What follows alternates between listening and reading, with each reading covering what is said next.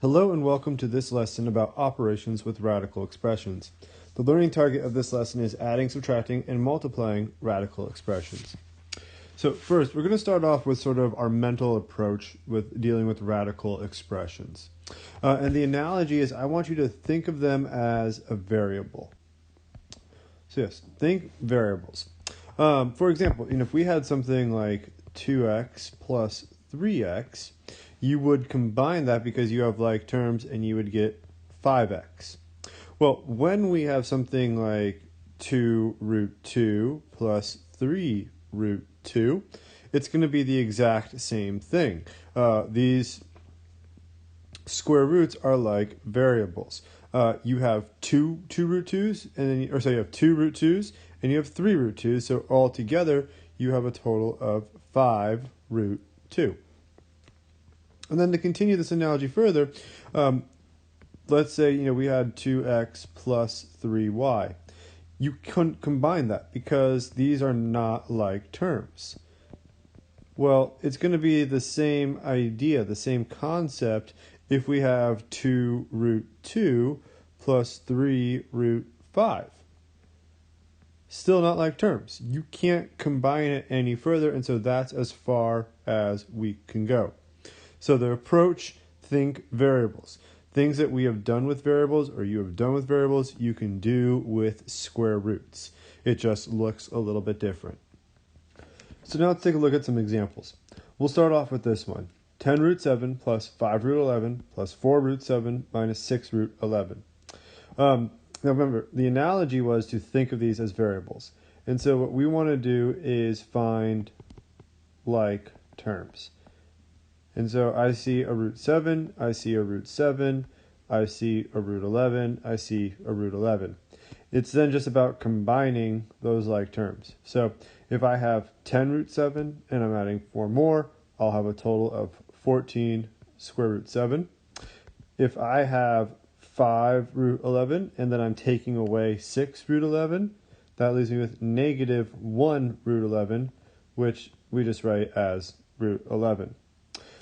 Now, going to these are not like terms. Root 7, root 11, they are different. So 14 root 7 minus root 11 is my final answer. Now let's take a look at another one. And this is how these problems can become more complicated. It's going to be sort of something very similar, where you're going to try to add some square roots, but it's going to look very differently, and it's going to make you simplify first before you can combine them. So right now we might be thinking, hey, look at that. 54, 24, these are not like terms. They are not the same, so I cannot add them. However, I can break these down. 54, 9 times 6. 24, 4 times 6. The reason why I picked these factors because 9 and 4 are perfect squares. So when I take the 9 out, it'll become a 3. I'll multiply it with that 4 to get 12 square root 6. Plus, then over here I take out the 4, that becomes a 2. 2 times 2 will give me 4 root 6. And so now I'm in a situation where I actually do have like terms. We have root 6, root 6. We have 12 of them. We're going to add 4 more for a grand total of 16 root 6. So, again, think variables. Try to identify like terms and just kind of ask yourself, if you have 10 of these and you're adding 4 more, what does that look like? You have 5 and you're taking away 6, what does that look like? But the way it can be more complicated is starting off with a more complex number that needs to be simplified first. So square root of 54, square root of 24 don't look like they're going to be similar in that you can combine them. But when you simplify them, you can. Now let's look at a slightly more complicated example. So here we have 3 terms. None of them match up, but odds are if this problem is given to us, they will match up. We just have to simplify. And so I'm going to also go through the thought process here. When I see this as a teacher, what am I kind of thinking? How is this problem set up? So what I'm seeing, 45 and 20, they have a common factor of 5. When I break it down using 5, I'll get 9 and 4. 4, 45, and 20. And I want 9 and 4 because those are perfect squares. Well, if two of my terms are square root 5, this third one is also probably going to be square root 5. And so when I find out what 245 divided by 5 is, it becomes 49. And take a look at that. That's a perfect square. And that's exactly what we want. And so now, let's see what we end up getting here. So we take out our 9. That will become 3. 3 times 3 is 9 root 5. Plus take out the 4, becomes a 2. 2 root 5. And then minus 7 root 5. So again, you're not always going to be given a problem where it's very straightforward. Here are some root 5s, here are some root 6, try to combine them.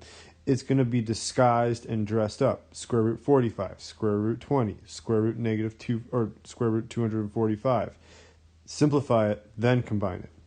So here we'll get 11 minus 7, that would be 4 square root 5, and that's our final answer for that.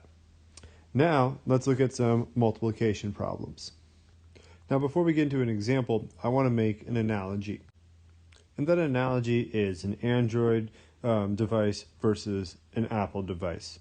Android and Apple devices have very different power cords. And they are not interchangeable. So keep that in mind as we talk about multiplying.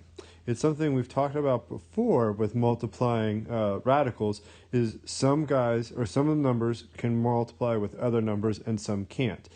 Kind of think about it like, if you have an Android phone, you can't use an Apple charger and vice versa. So now let's actually take a look at an example and crunch numbers with that in mind. So let's say we're looking at 2 root 3 times 4 root 6. 2 and 4, those are your Android devices. They can interact with one another. You can borrow a charger from that person. But the 3 and 6 cannot. They can, however, multiply with each other. So let's now do that. 2 times 4 is going to be 8. 3 times 6 is going to be 18. We can now reduce this because that'll be the next step. So we'll have 8 and then 18 is 9 times 2. The 9 comes out as a 3. And that will give us 24 root 2. And so multiplying, fairly straightforward. Again, you just have to know what can interact with what. The 3 and the 6, because they're under the radical, work with each other. The 2 and the 4, they work with each other. And at the end, if you can, you try to simplify. But now, let's continue. Now, earlier I told you, think of variables. These radical expressions are no different than dealing with variables. And so if we had something like 4 root 2 times 3 root 2 minus 2 root 6, this is very, very similar to saying 4 times 3x minus 2y. Apply the distributive property and take it from there. So it's just, you're doing this with radicals now, and you have some extra layers of work you have to do, but it's the same concept and the same idea. So now let's do that. I'll distribute. 4 and 3, they interact to get 12. Root 2 times root 2 simply becomes 2. Minus 4 and 2 interact, become 8. Square root of 12. That can be reduced. So first of all, 12 times 2 is 24. Minus, and then this is 4 times 3. The 4 comes out as a 2. 16 root 3. And there's our final answer. Finally, you can FOIL these. So let's say you have 2 of these, or you have like a binomial with a radical in it. So you could have something like 4 root 6 minus 2 root 10 times 5 square root 3 plus 7 square root 5. Again, this is no different than saying 4x minus 2, 5x plus 7. You're going to use the exact same process. you did with these binomials to FOIL, but now with radicals. So let's address our first one. We'll get 20 square root 18. Then we'll go outside for plus 28 square root 30. Inside, negative 10 root 30. Outside, minus 14 root 50. We're going to have some big numbers. We might have a few that can combine. We'll see. So let's see what we end up getting. So first of all, I'm going to simplify. I see some like terms here, so I'll simplify those. So let me see, that's going to give me 18 square root 30. Then I'll kind of break down my 18. So 9 and 2 goes out as a 3.